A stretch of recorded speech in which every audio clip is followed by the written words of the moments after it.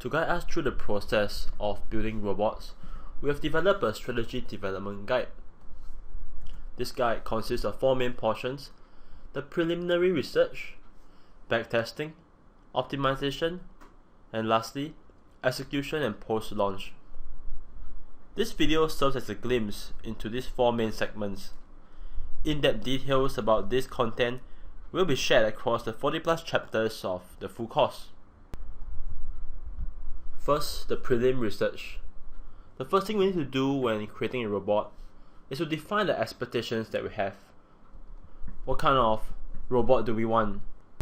Is the strategy a directional type or mean reversion type?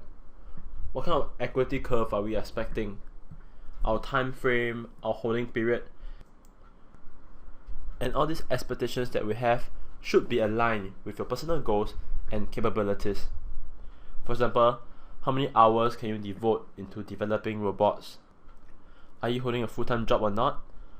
What level is your programming skills? How much trading capital you have? And what is your career and personal life goals? Once you have a clear idea of your expectations, next we have our idea generation. Ideas could come from anywhere. There is no one-size-fits-all solution. For most people, ideas could come from experience watching the market, or discussions that they have with other members, other traders, from reading economic news and having a good understanding of how economy works or how the market works. Sources for ideas could come from forums, blogs, for example, forums like forexfactory.com, stevehopwood.com, reading magazines like The Economist, Times. At the end of the day, the best way to keep generating ideas is to be informed, be in the loop, be aware of what's going on in the market, in the economy. Only then can you take advantage of opportunities when they do come. The third step to the prelim research is data preparation.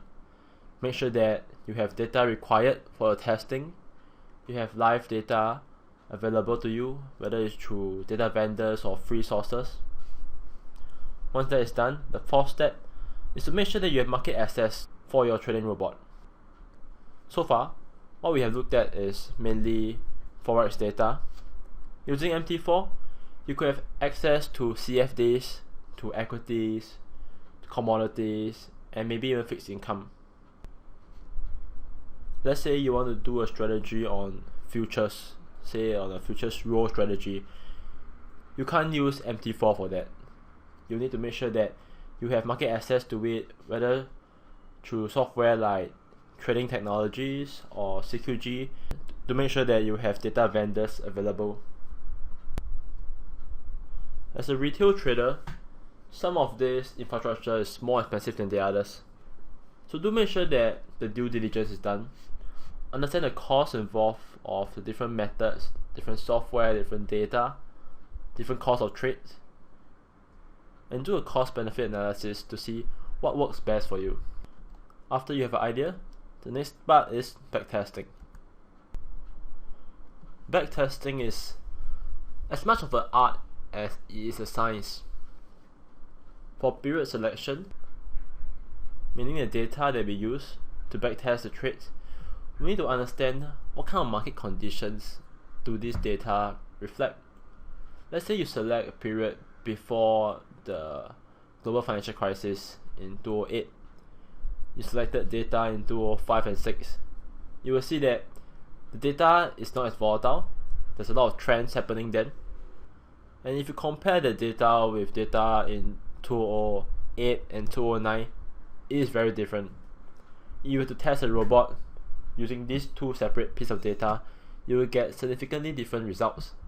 And if you do not understand what kind of market conditions does your data represent, you won't know the characteristics of your robot. You will know how your robot behaves during certain market conditions. And at the end of the day, understanding your robot, how it works, how it behaves in different conditions, is the difference between a profitable robot and a non-profitable one.